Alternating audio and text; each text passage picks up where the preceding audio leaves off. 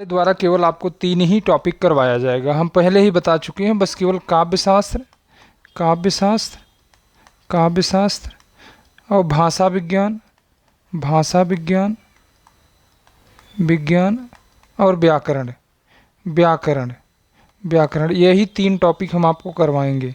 TGT के exam के पहले तक हम इसे पूरा कर देंगे। टीजीटी के एग्ज़ाम के पहले तक यह प्रतिदिन 1 घंटे क्लास चलेगी, प्रतिदिन 1 घंटे क्लास चलेगी। आप दिन भर कुछ भी नहीं कर रहे हैं, अगर 1 घंटे यही क्लास देखेंगे तब भी आपका व्याकरण मजबूत रहेगा, काव्यशास्त्र बढ़िया मजबूत हो जाएगा, बढ़िया हो जाएगा, भाषा विज्ञान आपको बढ़िया हो जाएगा। जहाँ से आपकी गलतियाँ होती हैं हम उसी को लिए हैं, जहाँ से आप से गलती बार बार होती है उसी टॉपिक को लिए हैं। अब देखिए, काव्यशास्त्र, भाषा विज्ञान और व्याकरण पे हमारे टेस्ट भी होते हैं। ये ऑनलाइन टेस्ट होता है। अभी 16 तारीख को, 16 अगस्त को पहला टेस्ट होगा, 16 अगस्त को। इसके लिए आपको जो नए जुड़ रहे हैं उनके लिए, जो हमारे ग्रुप में जुड़े हुए हैं उनको किसी भी प्रकार का कोई रजिस्ट्रेशन करने की आवश्यकता नहीं है। तो रजिस्ट्रेशन की अंतिम तिथि 15 अगस्त है। 16 अगस्त को आपका एग्ज़ाम है, दोपहर 2 बजे, दोपहर 2 बजे यह परीक्षा होगी, यह टेस्ट होगा, यह टेस्ट होगा। हम आपको 50 प्रश्न देंगे, जिसमें आपको समय दिया जाएगा 50 प्रश्नों के लिए। टोटल आपको मान के चलिए 50 मिनट दिया जाएगा, एक प्रश्न के लिए 1 मिनट दिया जाएगा आपको। तो टोटल 50 मिनट 50 प्रश्न, यही समझिए 50 मिनट 50 प्रश्न। तो आप जुड़िए वहाँ, अपने काव्यशास्त्र को मजबूत करिए, भाषा विज्ञान को मजबूत करिए। नीचे नंबर दिया गया है, आप इस पर मैसेज कर सकते हैं। चलिए आगे चल रहे हैं।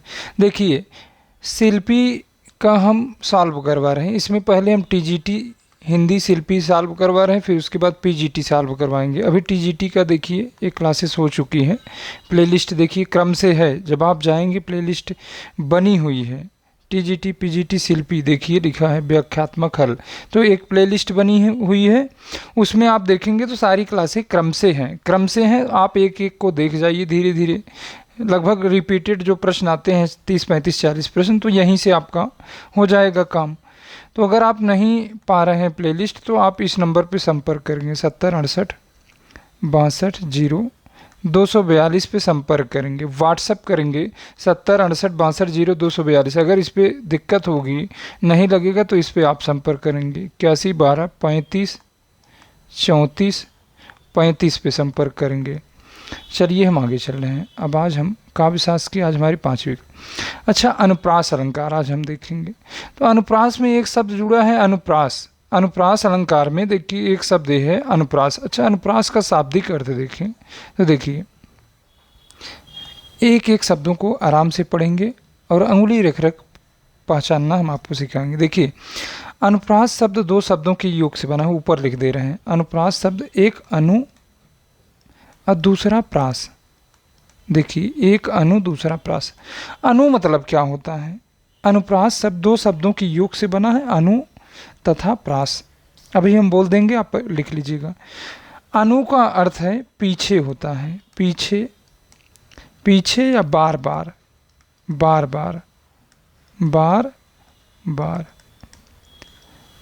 इसको आप जब लिखेंगे तो नीचे एरो लगा के लिखेंगे, अनु और प्रास। हमारे पास जगह कम होने की वजह से हम ऊपर लिख रहे हैं।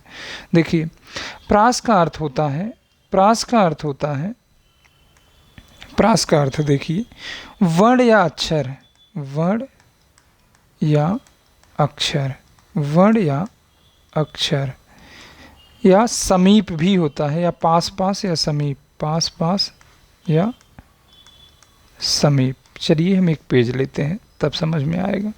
एक पेज लेना पड़ेगा, 1 मिनट। देखिए, ऊपर लिख दिए हम अनुप्रास, अनुप्रास। हमने बताया यह 2 शब्दों की योग से बना है, अनु और प्रास, अनु, अनु और प्रास। अनु का अर्थ हमने बताया कि पीछे, पीछे या बार बार, बार बार, बार बार होता है। प्रास का अर्थ होता है वर्ण या अक्षर, वर्ण या अक्षर, अक्षर या समीप भी होता है, समीप या पास पास। तो इस प्रकार अनुप्रास शब्द का शाब्दिक अर्थ होता है, आप लिखेंगे इस प्रकार। अभी हम बोलेंगे तब लिखिएगा, 1 मिनट। इस प्रकार इस प्रकार अनुप्रास शब्द का अनुप्रास शब्द का अनुप्रास शब्द का शाब्दिक अर्थ है, शाब्दिक अर्थ है शाब्दिक अर्थ है वर्णों का बार बार वर्णों का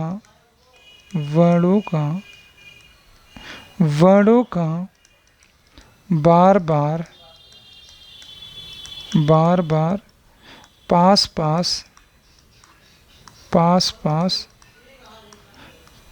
पास क्रम से आना।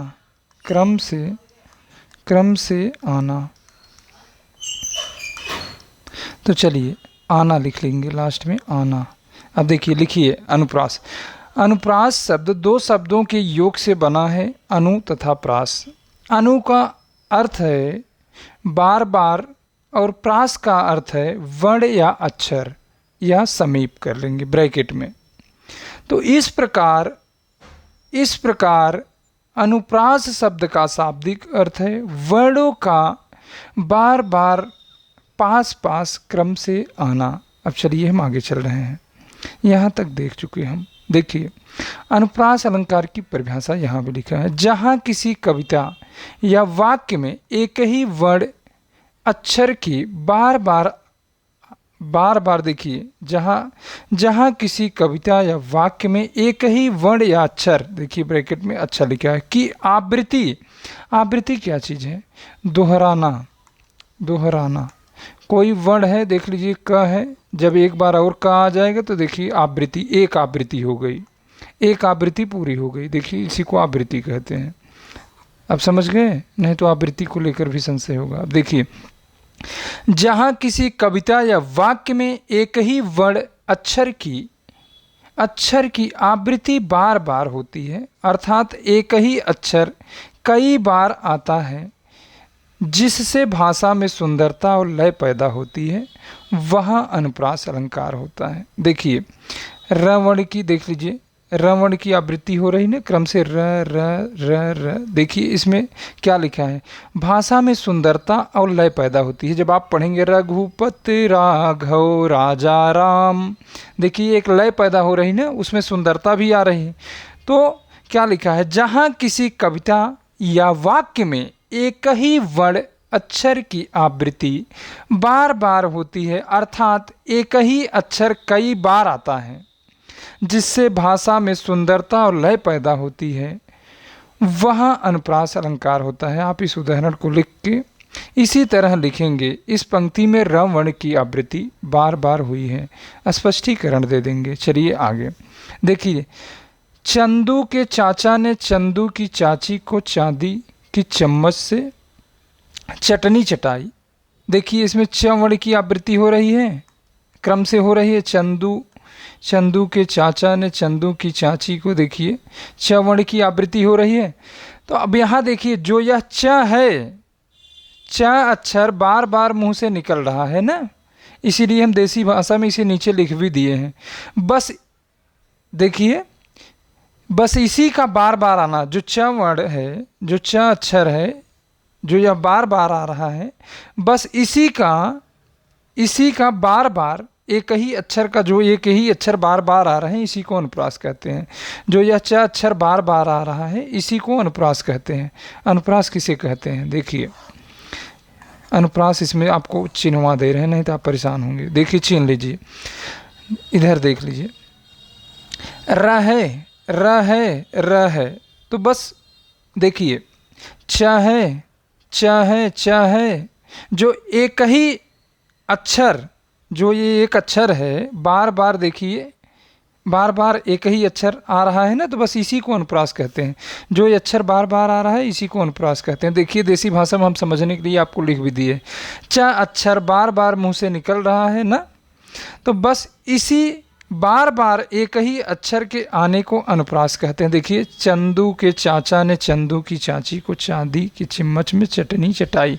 तो जो ये च बार बार आ रहा है, बस इसी च को अनुप्रास कहते हैं। यही च अनुप्रास है। जो वर्ण ये बार बार आ रहा है, जो अक्षर ये बार बार आ रहा है च, उसी वर्ण को ही, उसी अक्षर को ही अनुप्रास कहते हैं। वही अनुप्रास है और कुछ दूसरा नहीं है। देखिए, अब आगे चल रहे हैं। देखिए, रघुपति राघव राजा राम। देखिए, इसमें र अक्षर बार बार आ रहा है, तो सीधी बात यह है कि जहाँ एक ही जैसी आवाज़ या अक्षर बार बार रिपीट हो, समझ लो वहाँ अनुप्रास अलंकार होता है। सीधा सीधा जहाँ एक ही अक्षर, हमने कहा कि जहाँ एक ही अक्षर, एक ही जैसी आवाज़ या अक्षर बार बार रिपीट हो, समझ लो वहाँ अनुप्रास अलंकार। जहाँ एक अक्षर बार बार रिपीट हो, एक ही आवाज़ भी बार बार रिपीट हो, तो वहाँ अनुप्रास अलंकार होता है। सीधा सीधा जब एक ही अक्षर बार बार रिपीट हो, समझ जाइए वो उस पंक्ति में अनुप्रास अलंकार है। देखिए, र र र र, तो समझ जाइए सीधा सीधा वहाँ अनुप्रास अलंकार है। सीधा सीधा जब एक ही अक्षर बार बार रिपीट हो, समझ लो वहाँ अनुप्रास अलंकार है। इसीलिए हम नीचे देसी भाषा में लिख भी दिए कि आप अपने नोट्स में लिखें, तो इस तरह से लिख लिए। चलिए, अनुप्रास अलंकार के भेद, हेडिंग डालेंगे, अनुप्रास अलंकार के भेद, अलंकार के भेद।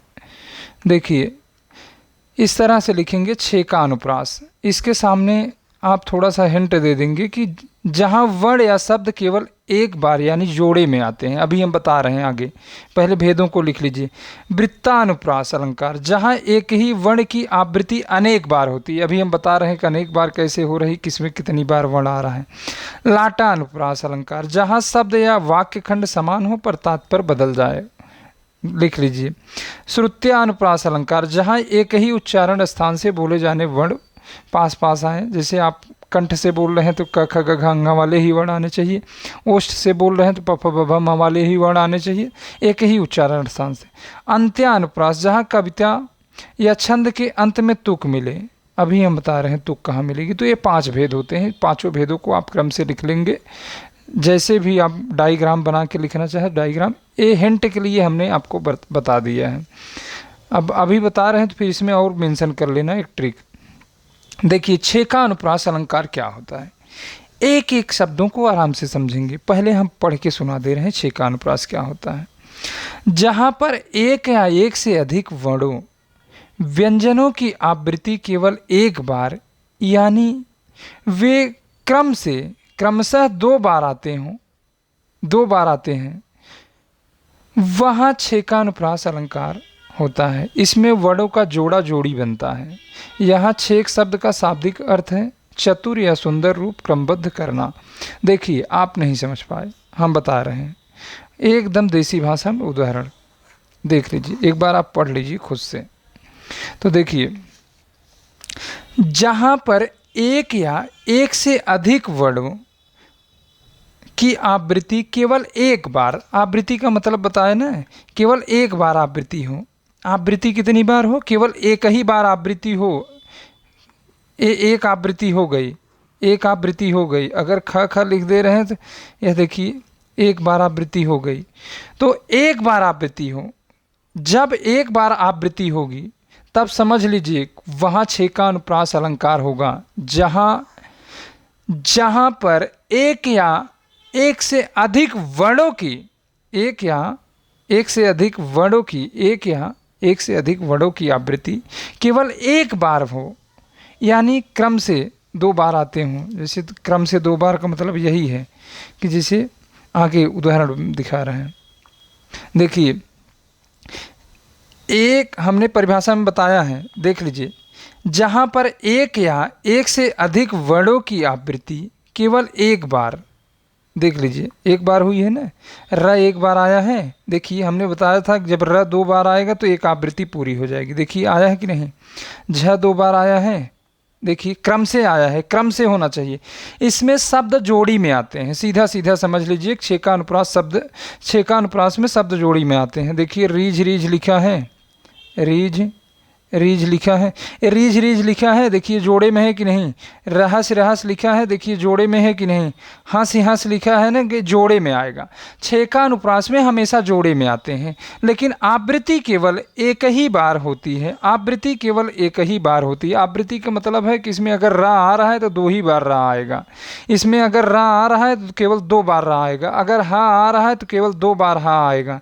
इस जो भी शब्द आएंगे केवल 2 ही बार आएंगे, एक ही बार आवृत्ति होगी। एक आवृत्ति में 2 शब्द 2 बार वह चीज़ रिपीट होती है। जैसे अगर हमने बताया का है तो यह का 2 बार रिपीट होगा तो एक आवृत्ति हो जाएगी। तो एक ही बार आवृत्ति होती है।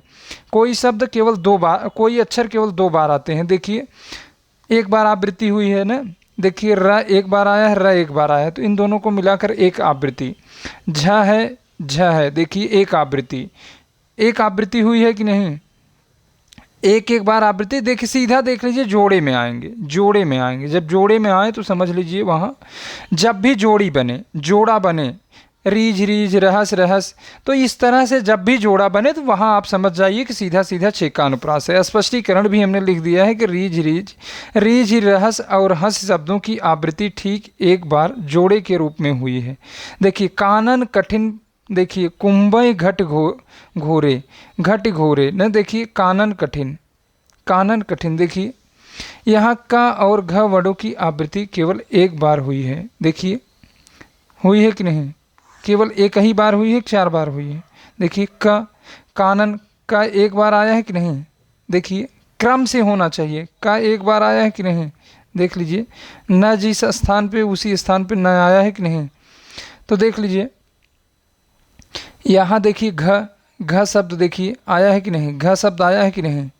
तो यहाँ एक ही वर्णों की 2 बार, वहाँ वर्ण 2 बार आता है, एक ही आवृत्ति होती है। हमने बताया, देखिए का आया है, का आया है, फिर घ आया है, घ आया है, तो एक ही वर्ण जब 2 बार आए तो एक आवृत्ति हो जाती है। देखिए एक आवृत्ति हो जाती है, हो गई। तो हमने इसमें आपको बताया था कि देखिए जहाँ पर एक या एक से अधिक वर्णों व्यंजनों की आवृत्ति केवल एक बार ही है, केवल एक बार ही आएगा, वह शब्द केवल 2 बार आएगा। देखिए वह शब्द देखिए का है ना, 2 बार आ रहा है, को का 2 बार आ रहा है, देख लीजिए सीधा का 2 बार आ रहा है कि नहीं।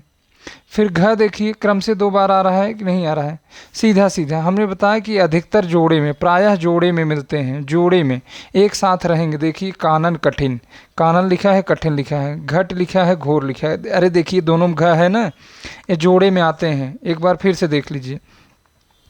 देखिए भैया 1 मिनट, हमने जोड़े की बात बताई, अगर उससे नहीं पहचान पा रहे हैं सीधा सीधा जोड़े में, छेका अनुप्रास में जोड़ा याद कर लीजिए। देखें ये जोड़े में है कि नहीं, ये जोड़े में है कि नहीं, ये जोड़े में हंस हंस जोड़े में है कि नहीं। ये बगल वाला अक्षर मत देखिए मेरे प्रभु, ये वाला मत देखिए। देखिए का, कानन कठिन, देखिए का है ना, फिर का है, जोड़े में आया है, साथ ही आए हैं, दोनों पास पास हैं कि नहीं। देखिए घट घोरे, घ देखिए घ आया है, फिर घ आया, क्रम से पास पास ही आए हैं। जब ये जोड़े में आए तो बस समझ जाइए कि जब ये जोड़े में आए तो बस समझ जाइए कि वहाँ छेका अनुप्रास अलंकार है। चलिए हम आगे चल रहे हैं, स्पष्टीकरण भी हमने दे दिए। अब वृत्तानुप्रास अलंकार क्या होता है। वृत्तानुप्रास जहाँ एक या अनेक व्यंजनों की आवृत्ति 2 से अधिक बार हो वहाँ वृत्तानुप्रास होता है। देखिए हमने बताया जहाँ एक या अनेक व्यंजनों की, एक या अनेक, अगर त है तो यह एक है, अनेक और भी हो सकते हैं, कोई और वर्ण इसमें हो सकता है, पा की भी आवृत्ति हो सकती है। तो देखिए इसमें 2 से अधिक बार आएगा, 2 से अधिक बार, 2 से अधिक बार। देखिए त त त त त, देखिए 5 बार आया है ना टोटल, 2 2 4 1 5। जहाँ एक या अनेक व्यंजनों की आवृत्ति 2 से अधिक बार हो, मतलब त आए तो 2 से अधिक बार आए। त अगर आ रहा है, कोई भी वर्ण या अक्षर आ रहे हैं तो 2 से अधिक बार आएंगे तभी वहाँ वृत्तानुप्रास होगा। देखिए त आया है ना, त 2 से अधिक बार है कि नहीं, सीधा सीधा 2 से अधिक बार हो, 2 से अधिक बार है कि नहीं, 5 बार आया है कि नहीं, सीधा सीधा 5 बार आया है ना तो वहाँ वृत्तानुप्रास हो जाएगा। जब 5 बार आ गया तो वृत्तानुप्रास हो जाएगा। जहाँ एक या अनेक व्यंजनों की आवृत्ति 2 से अधिक बार हो वहाँ वृत्तानुप्रास होता है सीधा सीधा, वहाँ वृत्तानुप्रास होता है सीधा सीधा, वृत्तानुप्रास होता है सीधा सीधा, वृत्तानुप्रास होता है सीधा सीधा। देख लीजिए तवर्ण की आवृत्ति कई बार हुई है। अरे भाई आवृत्ति होगी, अभी तो कहेंगे आप कि यहाँ देखिए सर 3 बार शब्द आया है, 3 बार वर्ण आए हैं। देखिए कानन का कठिन को, देखिए यहाँ भी का आया है। हम आवृत्ति की बात कर रहे हैं। देखिए आवृत्ति, इसमें केवल आवृत्ति एक बार होती है। आवृत्ति का मतलब बताए हैं कि देखिए इसमें का आया है तो का 3 बार तो आया है, लेकिन आवृत्ति जब 2 बार आएगा तो एक आवृत्ति होगी। देखिए एक ही बार आवृत्ति हुई कि नहीं। अब अगले आगे का कहाँ है जो दूसरी आवृत्ति होगी, दूसरी आवृत्ति नहीं है। देखिए का तो एक ही आवृत्ति हुई ना। हमने बताया कि इसमें छेकानुप्रास में केवल एक ही बार आवृत्ति होती, जबकि वृत्तानुप्रास में 2 बार आवृत्ति होती है। इसमें 2 बार, 2 से अधिक बार आवृत्ति होती है। 2 बार मिनिमम 2 बार आवृत्ति होगी। देखिए ता आया है 2 बार ता ये हो गया, एक आवृत्ति हो गई। फिर चलिए एक ता हो गया, 2 ता हो गया, फिर देखिए ता हो गया, 2 आवृत्ति हो गई। तो यही कह रहा है 2 से अधिक बार आवृत्ति हो। देखिए अब कई बार आवृत्ति हुई है। अब इसमें देखेंगे तो और बार आवृत्ति हो सकती है, लेकिन 2 बार आवृत्ति इसमें मिल रही है आपको, 2 बार आवृत्ति मिल रही। यहाँ ता वर्ण की आवृत्ति कई बार हुई है।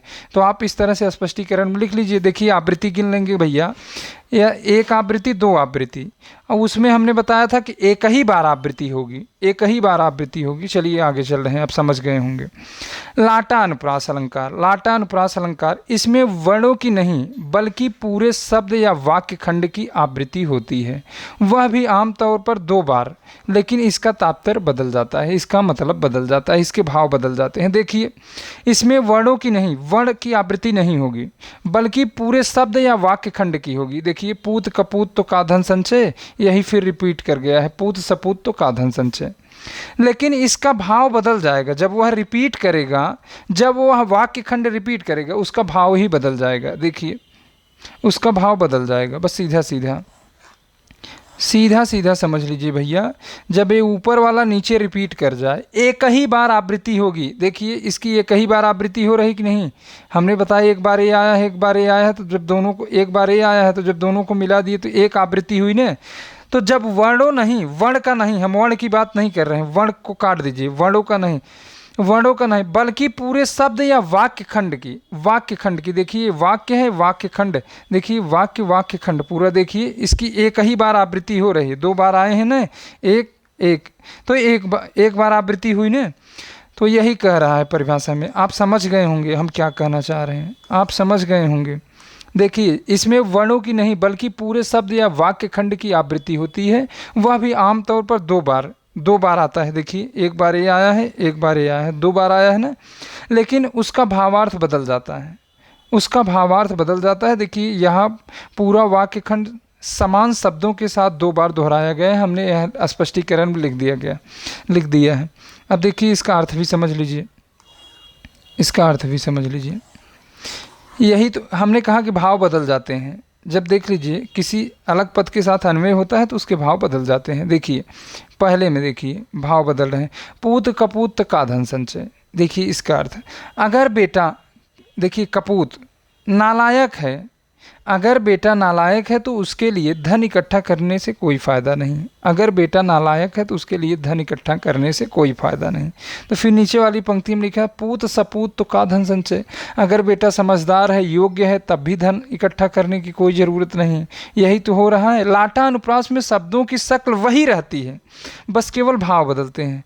लाटा अनुप्रास में शब्दों की शक्ल, देखिए इसकी शक्ल एक ही है ना। आप कहते हैं कि देखिए जुड़वा लोग हैं, एक ही शक्ल मिल रही है, एक ही जैसा, तो यही चीज़ होता है। इसकी शक्ल एकदम पूरा मिलेगी। बस सीधा सीधा आप इसी से ट्रिक लगा लीजिए कि इसकी शक्ल मिलेगी।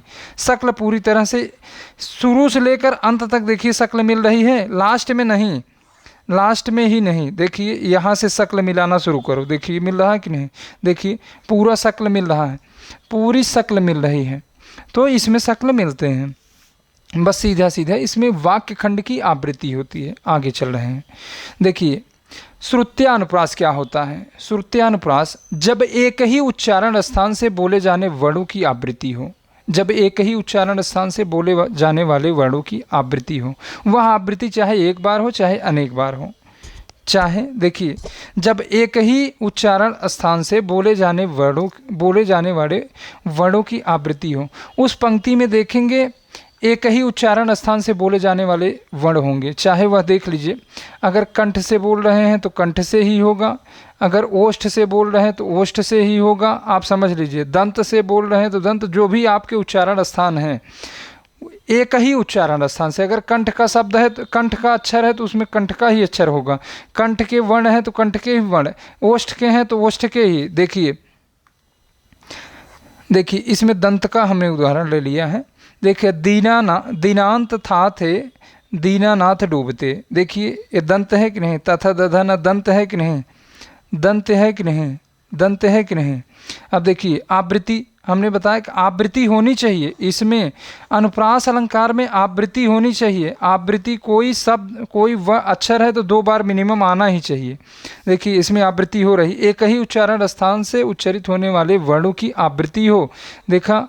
देख लीजिए भैया, यहाँ लिखा है ना, एक ही उच्चारण स्थान से बोले जाने वाले वर्णों की आवृत्ति हो। देखिए द आया है, न आया है, देखिए ता आया है, था आया है, द आया है, न आया है, देखिए सारे दंत से ही है ना। देखिए दंत के वर्ण आ रहे हैं भाई एक ही उच्चारण स्थान से, चाहे वो कोई भी वर्ण हो, अगर ता है, ता था, न है न, इस तरह से ता हो, ना हो, या दा हो, या ला हो, तो देखिए जब इनकी आवृत्ति होनी चाहिए, इनकी आवृत्ति होनी चाहिए, यही आने चाहिए एक ही उच्चार। सीधा सीधा मेरे भाई, सीधा सीधा समझ लीजिए, कुछ करना नहीं। जिस पंक्ति में एक ही उच्चारण स्थान से उच्चरित होने वाले वर्ण आपको दिख जाए तो समझ जाना कि वहाँ श्रुत्यानुप्रास है, चाहे वो दंत से हो, चाहे तालव्य से हो, चाहे कंठ से हो, चाहे ओठ से हो, चाहे जिससे हो, ये आवृत्ति देख लेना, आवृत्ति हो रही है, बस सीधा सीधा वहाँ श्रुत्यानुप्रास हो जाता है। आगे चल रहे हैं, देखिए अंत्यानुप्रास क्या होता है? जहाँ छंद या कविता के अंत में तुक मिलती हो, तुक मतलब लय, अंतिम वर्ण बस सीधा सीधा समान होगा, अंतिम वर्ण या स्वर समान होते हैं। देखिए लगा दी किसने आकर आग, कहाँ था तू संशय के नाग, लगा दी किसने आकर आग, कहाँ था तू संशय के नाग न। देखिए लगा दी किसने आकर आग, कहाँ था तू संशय के नाग। देखिए यहाँ लास्ट में मिल रहे हैं कि नहीं, लास्ट में। अरे भाई आप लाटा अनुप्रास की बात कर रहे हैं, लाटा अनुप्रास में शुरू से शक्ल मैच करेगी, यहाँ शक्ल नहीं मैच कर रही, यहाँ लास्ट में लय मिलना चाहिए, लास्ट अंतिम वर्ण या स्वर का समान होना चाहिए, बस अंतिम वाला मिला लीजिएगा। देखिए इसमें ग है तो इसमें ग है कि नहीं, अंतिम वाला अगर वर्ण समान है तो समझ जाइए वहाँ अंत्यानुप्रास है। जहाँ छंद या कविता के अंत में तुक मिलती हो या अंतिम वर्ण या स्वर समान होते हैं, वहाँ सीधा सीधा अंत्यानुप्रास होता है। देखिए अंतिम वाला वर्ण देख लीजिएगा, बस सीधा सीधा अंत्यानुप्रास हो जाएगा। बस अंत्यानुप्रास आपको समझ में आ गया होगा, एक बार फिर से रिपीट कर दे रहे हैं। देखिए चलिए आप बार बार रिपीट करके देख लीजिएगा, वीडियो लंबा हो जाता है। तो जो भी टेस्ट से जुड़ना चाहते हैं 70 68 62 0242 पे संपर्क करेंगे, 242 पे तत्काल संपर्क करेंगे। 15 अगस्त से पहले 15 अगस्त से पहले सीधा सीधा 15 अगस्त से पहले, ठीक है। 15 अगस्त से इसका PDF डलवा दें। एक मिनट देख ले रहे हैं, कहीं गड़बड़ी तो नहीं है। PDF डलवा दे रहे हैं, रिमूव कर लें फालतू की चीज़ें।